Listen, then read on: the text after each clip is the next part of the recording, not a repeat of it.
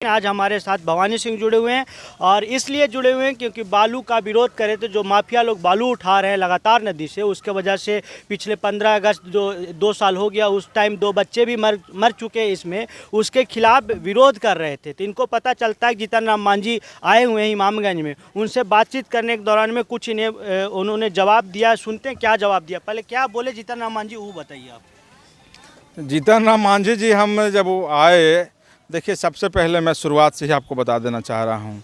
सबसे पहले बात ये हुई कि से हम लोगों को पता चला कि से चपरी घाट जो है, चपरी घाट का टेंडर हो चुका है। तो हम लोग सोचे कि इससे ट्रैक्टर का टेंडर हुआ होगा, लेकिन फिर पता चला कि से चपरी घाट पर पॉपलेन लगा हुआ है और पॉपलेन लगा करके जो है से बालू की उगाही हो रही है और प्रत्येक दिन जो है 50 से 60 हाइबा का जो है उठाव वहाँ से हो रहा है। और हमारे यहाँ का बालू जो है आपको बनारस, दिल्ली, हरियाणा हर जगह जो भेजा जा रहा है। तो भैया हमने ही जो है इसे कहीं बता दो ना कि से कोई जो है इसे खेती बाड़ी करे कि कोई साधन है, कहीं कोई नहर, कहीं कोई पानी, कहीं कोई बांध की व्यवस्था है, आज तक खोली है। मगध जो अपने आप में मगध का जो एक मान था, एक सम्मान था, एक प्रतिष्ठा था, मगध एक धरोहर के रूप में जानी जाती थी, वो सारी धरोहरें हमारे यहाँ से समाप्त हो चुकी हैं। हमारे यहाँ धरोहर के नाम पर अब कुछ बचा नहीं है। अब हम लोगों के जीने खाने के लिए एकमात्र चीज़ बचा हुआ है वो है नदी। हमारे यहाँ बड़ी नदियाँ भी नहीं हैं, छोटी छोटी नदियाँ हैं। उन्हीं नदियों के माध्यम से हमारे यहाँ खेती-बाड़ी का काम होता है। अगर जो नदी में पानी एक साल वर्षा नहीं होती है, नदी में पानी नहीं आता है, तो हमारे क्षेत्र में सूखा पड़ जाता है, कोई खेती नहीं हो पाता है। आज हम लोग चपरी घाट पे एक बैठक किए। बैठक में यही निर्णय लिया गया कि हम लोग जो है से आज के दिन से ही रविवार तक, इतवार जिक्र हमने बोला ही मघी में, इतवार तक जो है से हम लोग रोज़ 11 बजे चपरी नदी घाट पर जुटेंगे और वहीं से जो है हम लोग आज रानीगंज पूरे बाज़ार में घूमें।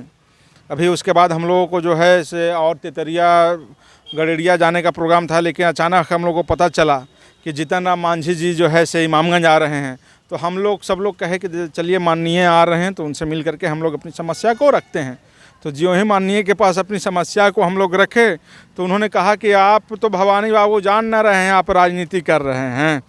तो भैया कौन बात के राजनीति कर रही थी, कौन तो सीटवा पर हमारा चुनाव लड़ेला है कि हम राजनीति कर रही थी, हमारा ये ना समझ में आवा है। मतलब उल्टा चोर कोतवाल को डांटे, एक कहावत सटीक बैठता है। सर आज बहुत ही जो है, आज उनकी बातों से ऐसा हम लोगों को महसूस हुआ कि अगर जो हम अपनी हक की बात आपके पास रख रहे हैं तो आप कह देते हैं कि राजनीति कर रहे हैं।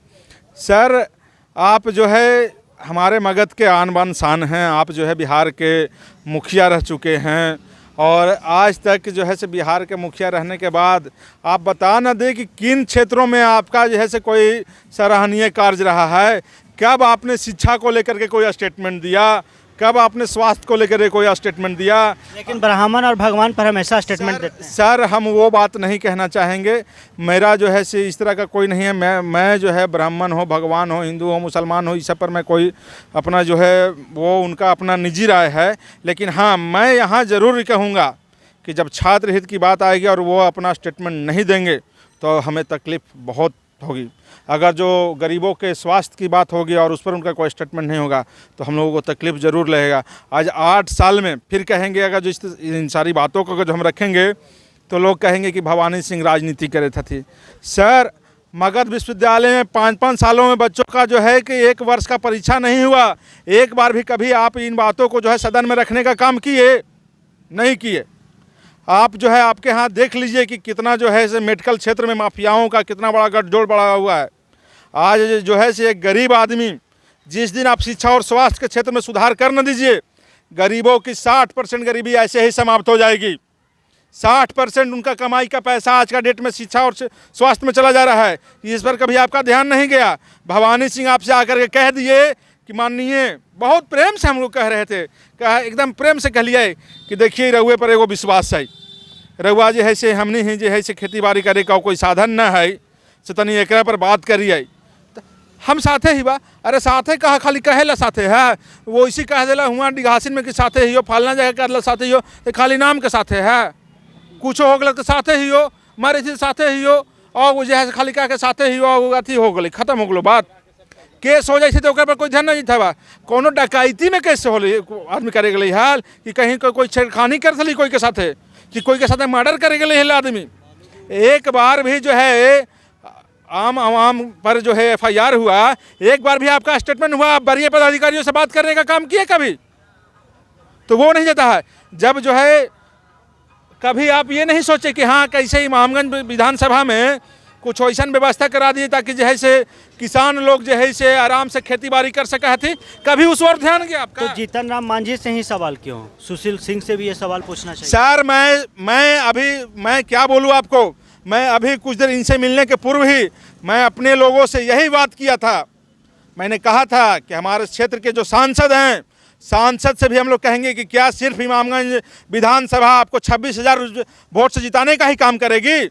आप जब आते हैं चुनाव के लिए तो कहते हैं कि तोहनिए पर भरोसा है, तो भरोसा खाली हमनिए पर हवा, हमने के तौर पर कोई भरोसा ना है।